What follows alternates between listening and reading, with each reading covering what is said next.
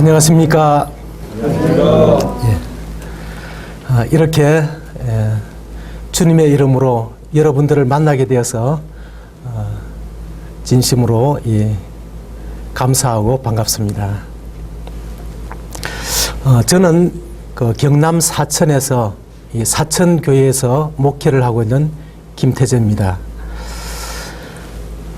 하나님께서 여러분들에게 준비하신 영생의 선물을 이번 기회에 여러분들이 다 받게 되기를 간절히 소원합니다.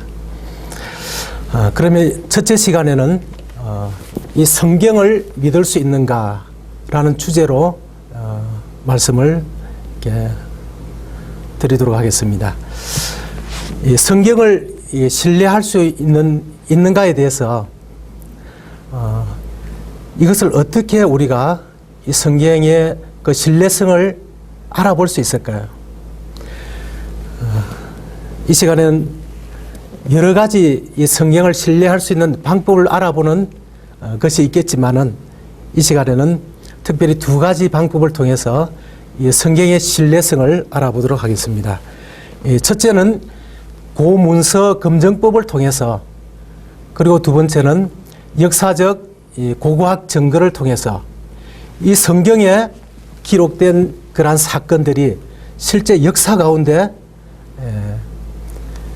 그 증거들이 있는가 하는 것을 살펴본다면 이 성경의 신뢰성을 우리가 확인하는 데 도움이 될 것입니다. 그러면 먼저 이 성경의 신뢰성을 객관적으로 알아볼 수 있는 그러한 방법이 바로 고문서 검증법입니다. 이 고문서 검증법은 옛날 책을 객관적으로 평가하는 방법인데요. 이 네 가지 그 자를 가지고 이렇게 평가를 합니다. 첫째는 사본 연대가 원본 연대와 가까울수록 그 신뢰성을 높이 평가해 주는 것입니다. 그리고 두 번째는 남아있는 사본이 많을수록, 그리고 세 번째는 남아있는 사본들 간의 그 일치 정도, 사본은 많은데 그 내용들이 각각 다르다면 신뢰성을 이렇게 높이 평가해 줄 수가 없겠죠. 그리고 네 번째는 외적인 자료들과의 일치 정도입니다. 고서 가운데는 어떤 사건이나 사람의 이름이나 지명이 나타나 있는데 역사 가운데 그러한 내용들을 발견할 수 없다면 그 고서는 이 신뢰성을 잃게 될 것입니다. 그래서 이 네 가지 자를 가지고 이 고서를 이렇게 검증을 합니다. 그래서 이 성경이 이 고문서 검증법에 의해서 어느 정도 신뢰성을 가지고 있는가 하는 것을 살펴보도록 하겠습니다. 여기에 보시는 대로 많은 고서들이 이렇게 나와 있습니다. 그 중에 특별히 이 호무의 그 일리아드는 이 사본수가 상당히 다른 그 고서에 비해서 많이 있다고 이렇게 기록되어 있습니다. 643권. 그런데 이 호모의 일리아드가 성경을 제외한 그러한 고서 가운데 가장 신뢰성을 높이 평가받고 있습니다. 시간적 간격도 500년, 다른 고서에 비해서 상당히 그 신뢰성을 높이 평가받고 있습니다. 그런데 우리 이제 이 성경을 이렇게 한번 살펴보면 이 신약 성경은 이 사본수가 24,633권으로 이 호모의 일리아드와 굉장한 이 차이를 보이는 것을 볼 수가 있을 것입니다. 그러면 이 성경과 이 고서 가운데 가장 신뢰성을 인정받고 있는 이 호모의 일리아드와 한번 비교를 한번 해보도록 하겠습니다. 신약 성경은 이 사본수가 24,633권, 일리아드는 643권, 그리고 시간적 간격이 25년, 일리아드는 500년, 그리고 이 오류 정도가 신약 성경은 0.5%고 일리아드는 5.0%입니다. 그렇게 해서 약 40배, 20배, 10배의 이런 차이를 보이고 있는데요. 이것을 각각 곱하면 일리아드를 그 정확도로 1로 봤을 때에 신약 성경은 8,000배나 더 정확하다는 사실입니다. 그래서 일반적으로 사람들이 이 성경에 대해서 많은 선입견을 가지고 이 성경을 보기 때문에 이 성경에 이런 높은 신뢰성을 가지고 있다는 것, 이것을 잘 모르고 있다는 것입니다. 그래서 전문가들에 의해서 이 성경이 얼마나 신뢰성을 높이 평가받고 있는가 하는 것을 이 시간 살펴봤습니다. 그러면 이제 고고학 발굴을 통해서, 고고학 증거를 통해서 이 성경이 정말 믿을 수 있는가 하는 부분을 살펴보도록 하겠습니다. 이 창세기 6장에서 7장에 보면 지금으로부터 약 4,500년 전에 하나님께서 이 세상을, 죄로 간영한 이 세상을 하나님이 더 진행시킬 수 없으셔서 이 세상을 대홍수로 이 세상을 멸망시킨 사실이 기록되어 있습니다.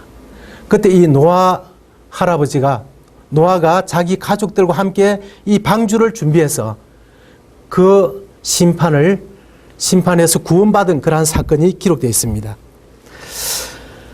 자, 이 사건이 정말 역사 가운데 이러한 내용들이 확인이 된다면, 이것이 정말 사실이라면 우리가 한 가지 얻을 수 있는 결론은 이 하나님이 살아 계신다는 것입니다.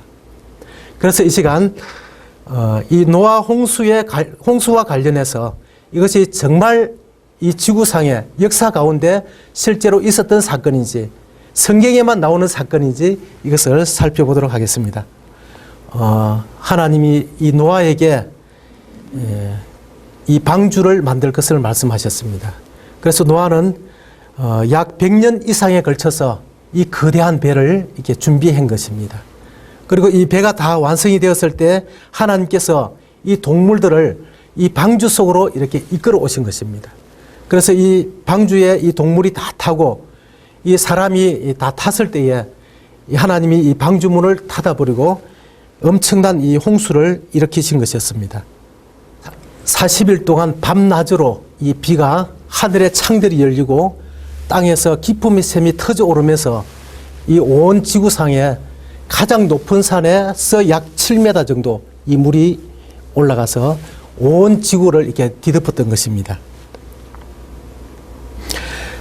자, 과연 이 홍수가 실제 역사 가운데 있었다는 것이 증명이 된다면 이 성경은 이 사실이고 하나님은 살아계신다 하는 것을 우리가 확인할 수 있다는 것입니다. 그렇다면 이 전 세계적인 홍수가 있었다는 이 증거라는 것은 우리가 만들 수가 없습니다. 이 증거는 그 연대가 바로 측정이 되기 때문에 증거를 조작할 수는 없는 것입니다. 그래서 전 세계적인 홍수를 성경은 말씀하고 있는데 그것이 사실이라면 역사 가운데 그런 내용들이 확인이 되어야 된다는 것입니다. 그래서 그것을 확인을 해보겠습니다. 그리고 이 노아가 만들었던 그 방주가 만약에 발견이 된다면 그것은 더 말할 수 없는 좋은 증거가 되겠죠. 그래서 이 두 가지를 살펴보도록 하겠습니다. 먼저 이 창세기에 보면 이스라엘의 족보가 기록되어 있습니다. 우리가 정조 할아버지나 고조 할아버지 얼굴을 본 적이 없지만은 그 족보에 기록되어 있는 그 분들에 대해서 우리가 본 적은 없지만은 족보에 기록되어 있기 때문에 의심 없이 믿는 것처럼 이 성경에는 이스라엘 민족의 족보가 고스란히 기록되어 있다는 것입니다. 창세기 5장 3절에서 8절에 보면 이렇게 기록되어 있습니다. 제가 읽어드리겠습니다. 아담이 130세에 자기 모양 곧 자기 형상과 같은 아들을 낳아 이름을 셋이라 하였고, 아담이 셋을 낳은 후 800년을 지내며 자녀를 낳았으며 그가 930세를 향수하고 죽었더라. 셋은 105세에 에노스를 낳았고 에노스를 낳은 후 807년을 지내며 자녀를 낳았으며 그가 912세를 향수하고 죽었더라. 이렇게 계속 그 자손들의 그 족보가 쭉 기록되어 있더라는 것입니다. 도표로 이렇게 보면 이게 야곱이 나옵니다. 이 야곱은 하나님이 다른 이름으로 이스라엘이라는 이름을 지어주셨어요. 현재 중동에 가면 이스라엘이라는 민족이 살고 있는데 이 민족은 이 야곱의 다른 이름입니다. 그래서 야곱의 12아들이 이렇게 그 후손들이 불어나서 현재 이스라엘 민족을 이루고 있는 것입니다. 그래서 이 야곱의 아버지가 이삭입니다. 이삭의 아버지가 아브라함, 이렇게 쭉 거슬러 올라가면 이 노아가 조상 가운데 등장한다는 것입니다. 그리고 이 노아의 아버지가 이 라멕입니다. 이 아버지는 머두셀라, 이렇게 쭉 거슬러 올라가면 이 아담이 마지막으로 하나님이 최초로 만드신 그 아담이 등장하게 되는 것을 볼 수 있습니다. 그 아담 이상은 없습니다. 아담 이상은 하나님이 만드셨기 때문에. 그래서 이 하나님이 처음에 만드신 이 아담, 최초의 사람이 어떤 신화나 설화 속의 인물이 아니라 실존하는 인물이고 그분의 후손을 통해서 현재 온 인류가 현재 존재하고 있다는 사실을 이렇게 알 수가 있습니다. 이 아담이 930살을 이렇게 살게 됐는데요. 이 아담의 그 태어난 해를 영년으로 봤을 때 이 아담이 930살을 살았기 때문에 이 라멕이 영년으로부터 계산했을 때 874년에 이 라멕이 이 세상에 태어나게 됐습니다. 그래서 이 라멕은 이 아담이 930살까지 살았기 때문에 같은 시대에 56년간이나 같이 살았다는 것을 알 수 있습니다. 그래서 이 노아는 아버지 라멕으로부터 이 아담에 관한 이런 얘기를 우리처럼 아주 옛날 신화처럼 이렇게 듣는 것이 아니라 생생하게 그냥 할아버지의 얘기로 이렇게 들을 수 있었다는 것입니다. 자, 그리고 이 노아는 또 에노스는 이 노아의 시대에 같이 살았습니다. 이 에노스가 죽은 해가 아담을 영년으로 봤을 때 1140년에 죽었거든. 그러면 이 노아는 1056년에 태어났습니다. 그렇다면 이 노아와 이 에노스가 같은 동시대에 살았다는 것을 알 수 있습니다. 그럼 아담 그 할아버지로부터 이 에노스가 손자니까 그 에덴 동산에서 쫓겨나오고 그래서 이 세상에 저주가 임하고 하는 이런 얘기들을 이 에노스는 아주 상세하게 할아버지로부터 들었다는 것입니다. 그럼 그 얘기를 이 노아는 이 에노스로부터 그런 얘기를 들을 수 있었다는 거죠. 그래서 이 창세기에 기록된 이런 이야기들이 우리는 아득한 옛날 얘기로 이렇게 들리지만은 이 시대에 살았던 사람들은 그것이 당연한 할아버지 얘기고 그 윗대 할아버지 얘기였다는 것입니다. 자, 이런 것을 보면 이 성경이 얼마나 이 사실인가 하는 것을 알 수가 있습니다. 이 노아는 또 이 아브라함의 시대까지 같이 살았다는 것, 이런 것을 이렇게 볼 수가 있습니다. 그리고 여기에 보면 수명을 이렇게 보면 이 아담이 930살, 이 노아가 950살 이렇게 살았는데 이 노아 이후에 보면 사람들의 수명이 급격하게 이렇게 줄어드는 것을 이렇게 볼 수가 있습니다. 왜 수명이 노아 시대 이후에 이렇게 수명이 줄어들게 됐을까요? 자, 그것을 한번 살펴보겠습니다.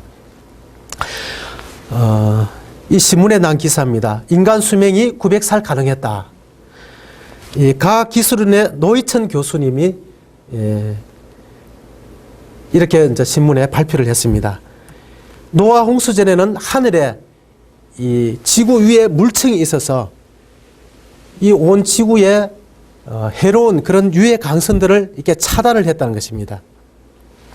이 차단을 해서 인간 수명이라든지 식물이라든지 동물들이 이 살아가는데 이 저항을 받지 않고 살아갈 수 있는, 수명을 오랫동안 유지할 수 있는 그런 좋은 조건이 되었는데 노아 홍수 때 그 물층이 아래로 다 쏟아짐으로 인해서 기후에 엄청난 변화가 오면서 수명이 이렇게 단축이 되었다는 것을 알 수가 있습니다. 그래서 창세기 1장 7절에 보면 하나님이 궁창을 만드사 궁창 아래의 물과 궁창 위의 물로 나뉘게 하시매 그대로 되니라 라고 기록되어 있습니다. 그래서 노아 홍수 이전과 이후에 이 지구의 환경이 달랐다는 것을 이렇게 알 수가 있습니다. 또 이것을 증명하는 증거 중에 하나가 이 시베리아에서 500만 마리나 되는 이 맘모스 화석이 대량으로 이렇게 발견이 됐습니다. 그런데 거기에 보니까 이 위에 아직 소화되지 않는 그런 음식물이라든지 또 화산재라든지 이런 것들이 막 발견이 되더라는 것입니다. 이 화산 폭발로 인해서 순식간에 이렇게 매몰이 되지 않으면 이 화석이 생길 수가 없습니다. 자연사를 하면 다 썩어서 분해가 돼버리지 이렇게 화석으로 존재할 수가 없거든. 그때 노아 홍수 때 기품의 샘들이 터졌다는 것은 엄청난 화산 폭발이 일어났다는 것을 알 수가 있습니다. 자, 이런 것을 통해서 과거에 노아 홍수 이전에는 그 지구가 전 지구가 아열대 기후를 형성했다. 북극도 지금처럼 추운 곳이 아니었다 하는 것을 알 수가 있습니다.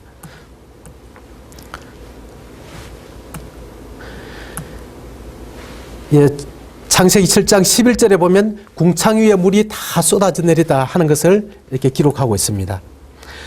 그러면 그때에 그 많은 전 지구를 뒤덮었던 그 많은 엄청난 그 물이 다 어디로 갔을까요? 어디로 간 것 같습니까? 물이 다 어디로 갔을까요? 예, 이 남극과 북극에 하나님이 그 물을 끌어당겨서 거기에 얼음으로 얼려놓았다는 것입니다. 그래서 그 남극과 북극에 있는 그 얼음이 빙하가 순식간에 녹아버리면 이 지구의 그 바다의 수면이 60m나 이렇게 올라가서 대부분의 도시들이 다시 물에 잠긴다는 것입니다. 그런데 그 물이 이제 노아 홍수 때는 전 지구를 이게 전 높은 산들까지 다 이게 덮었는데 그러면 나머지 물은 어디에 갔을까요? 여기에는 하나님이 이 바닷물을 모아 무더기같이 쌓으시며 라는 말씀을 이렇게 기록하고 있습니다. 그럼 그 빙하 외에 또 다른 물은 어디에 있을까요? 어디에 있다고 생각하십니까? 예, 성경을 보면 시편 33편 7절에 저가 물을 곳간에 두시는도다 이렇게 말씀했습니다. 엄청난 물을 북극과 남극에 이렇게 모아놓고 나머지 물은 깊은 곳간에 그 물을 가두어 놓았다 이렇게 기록하고 있습니다. 이 성경 그 지구를 보면 지구의 위로 솟아있는 이 산들이 있습니다. 그 평균 고도가 840m 정도 됩니다. 그런데 이 바다를 보면 바다가 있는데 그 바다 밑으로 거꾸로 된 산, 그것을 해구라고 말하는데 그 깊이는 평균 깊이가 5,800m나 된다는 것입니다. 그래서 지구에 솟아있는 산보다 밑으로 거꾸로 된 이 해구가 더 깊다는 것을 알 수 있습니다. 그래서 그것이 다 합쳐진다면 그 물이 어디로 갈까요? 다시 위로 올라오겠죠. 그렇게 해서 그 홍수 때 어마어마한 그 물이 이 북극의 얼음과 바다 밑에 해구에 모여 있다 하는 것을 이렇게 알 수가 있습니다. 그리고 노아 홍수가 전 세계적인 홍수라는 또 강력한 증거 중에 또 하나가 뭐냐면 육지 가운데 있는 소금 호수입니다. 어떻게 터키 반도 같은 경우는 해발 1700m나 되는 고지입니다. 그 고지에 호수가 있는데 그 호수에 바닷물이 담겨져 있다는 것입니다. 어떻게 바닷물이 거기에 들어가 있을까요? 이것은 그때 이 바닷물이 범람해서 전 지구를 덮을 때에 그 호수 속에 바닷물이 덮여 있다가 그 바닷물이 빠지면서 거기에 고여 있다는 것을 알 수가 있습니다. 이 성경에 보면 시편 104편 6절에 보면 옷으로 덮은 같이 땅을 바다로 덮으시며 물이 산들 위에 섰더니 물이 산들 위에 섰다는 것은 물이 그 산을 덮었다는 얘기입니다. 그 덮었던 물이 이렇게 빠지면서 그 호수에 고이게 된 것입니다. 그리고 그곳에는 지금 청어, 바다에 사는 청어들이 지금 살고 있다는 것입니다. 이런 바다, 호수, 이 염호가 육지 가운데는 아주 많이 있습니다. 그것은 노아 홍수가 그때 전 세계적으로 이 바닷물이 범람했다 하는 것을 증거하고 있습니다. 그리고 이 사하라 사막, 이 사막 한가운데서 이 소금을 생산한다는 것입니다. 소금은 어디에서 생산이 됩니까?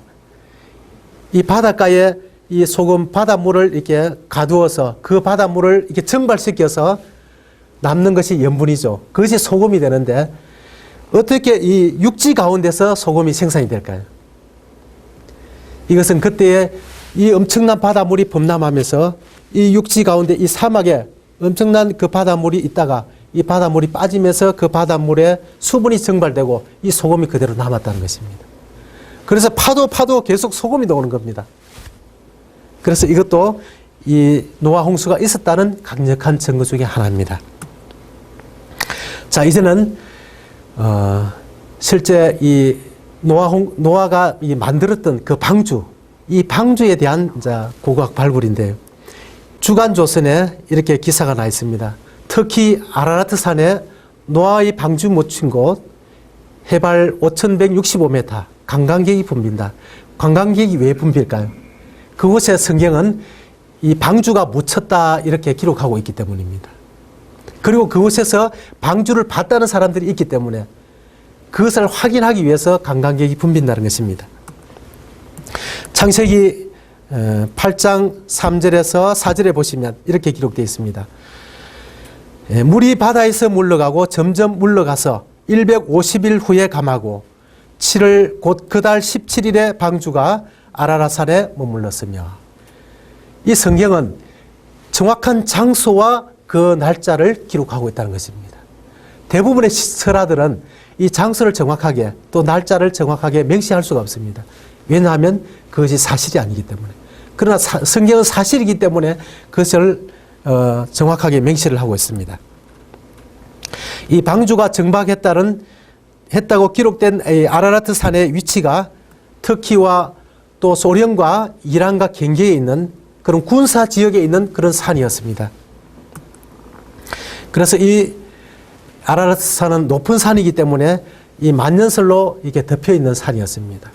그런데 혹시 방주가 이 얼음 속에, 이 눈 속에 있다면 혹시 이것이 지금도 보존될 수 있겠다 하는 그런 가능성을 사람들이 계속 가지고 있었다는 것입니다. 자, 그러다가 1974년도 미국 나사에서 나사 군사위성에서 얼음에 반쯤 파묻혀 있고 반쯤 튀어나와 있는 이 방주를 이 군사위성에서 발견하게 된 것입니다.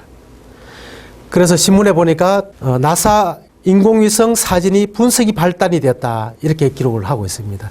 아라라산 산정 얼음 속에 이 방주가 있다라는 기사가 있게 났습니다. 최근에 4월 27일 날 중국인, 터키인 과학자 이렇게 15명이 이 탐사대를 공식적으로 구성을 해서 이번에 아라라트 산에 등반을 해서 이 방주 발굴을 위해서 탐사를 했는데 이 방주가 발견됐다는 이러한 그 신문 보도가 났습니다. 하나님께서 우리가 살고 있는 이 시대에 이러한 성경을 믿을 만한 이러한 증거들, 확실한 증거들을 이렇게 공개적으로 보여주시는 그 하나님의 뜻이 무엇일까라는 것을 생각해 봤을 때에 하나님께서 우리가 구원받을 수 있는, 하나님을 믿을 수 있는 이러한 기회를 하나님이 이 마지막 시대에 우리에게 주고 계시다 하는 것을 이렇게 느끼게 됩니다. 역사는 이제 교훈이다 하는 것을 우리가 알고 있는데, 왜냐하면 역사는 반복되는 반복성이 있기 때문에 그렇습니다. 그래서 우리가 이 대홍수, 이 홍수를 통해서 배울 수 있는 것이 무엇일까요? 이 노아는 하나님의 이 무서운 경고를 이렇게 받고 그 경고를 그대로 믿고 준비를 했다는 것입니다. 이 준비를 했기 때문에 그는 그 엄청난 홍수에도 그는 구원을 받을 수 있었습니다. 동일하게 하나님께서 우리에게 하나님을 믿고 예수님을 믿고 구원받을 수 있는 이러한 기회를 우리에게 주고 계시는데, 이 기회를 여러분들이 이 노아처럼 하나님의 그 경고를 받아들이고 준비를 하게 될 때에 여러분도 이 멸망의 지옥에 가지 않고 영생을 얻어서 천국에 들어갈 수 있다는 것입니다.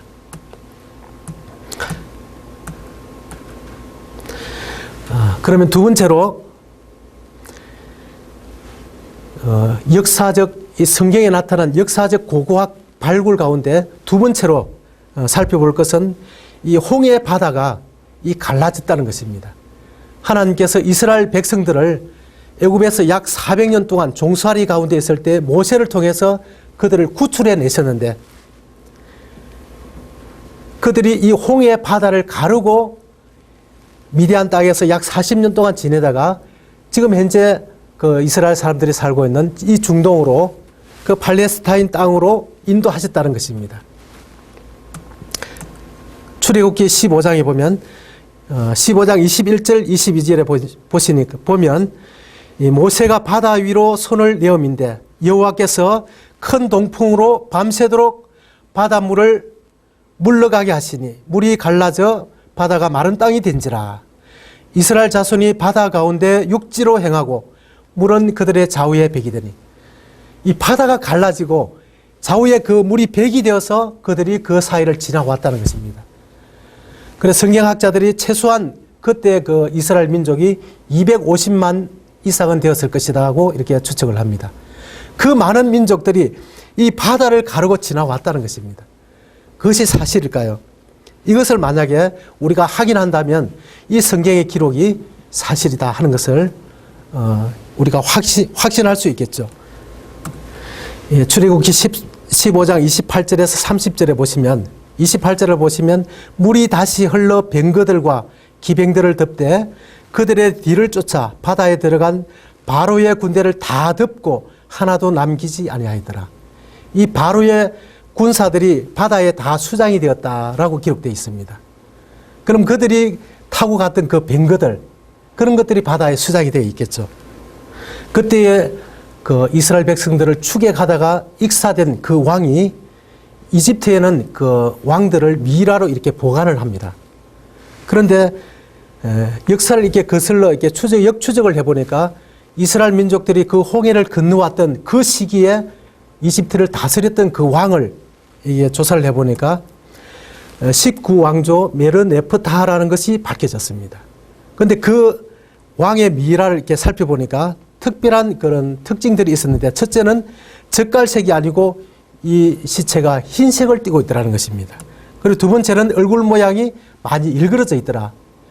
이미 익사해서 부패된 그 왕을 이렇게 빨리 건져서 이렇게 미라로 만든 가정에서 이런 모습이 나타났다고 봅니다. 그 세 번째는 눈썹을 물감으로 그린 흔적이 있다는 것입니다. 그 세 번째는 기가 무엇에든지 뜯겨 먹힌 듯이 깃볼이 없어진 것입니다. 이미 고기들이 달라들어서 그런 것을 뜯어먹은 것으로 이렇게 보여집니다. 그리고 다섯 번째는 몸에 소금기로 덮여있는 이런 부분들이 있다는 것입니다. 그래서 이러한 증거들은 이것은 누군가가 이렇게 조작을 할 수 없는 그런 확실한 이 증거들을 통해서 이 하나님의 말씀이 사실이다. 그때 있었던 성경 속에 나타났던 그 사건이 실제 사건이다 하는 것을 우리가 알 수가 있습니다. 그리고 그들이 이 40년 동안 이 광야에서 이렇게 생활을 했는데, 텐트를 지고 생활을 했는데, 그 광야에 어떤 분이 갔는데, 그 광야에서 집차를 딱 내려서 딱 보니까 이 광야에 타원형으로 된, 그때 텐트를 이렇게 눌러놨던 이런 타원형으로 된 이 돌무더기들이 그 광야에 쫙 깔려 있더라는 것입니다. 아무도 살 수 없는 그 광야에 누가 그 돌무더기를 갖다 놨을까요? 이런 것들은 이스라엘 민족이 홍해 바다를 건너서 미디안 땅에서 40년 동안 이 생활했다는 이러한 확실한 이 증거가 되는 것입니다. 그래서 이 성경은 단순한 종교 서적이 아니다 하는 것을 알 수가 있습니다.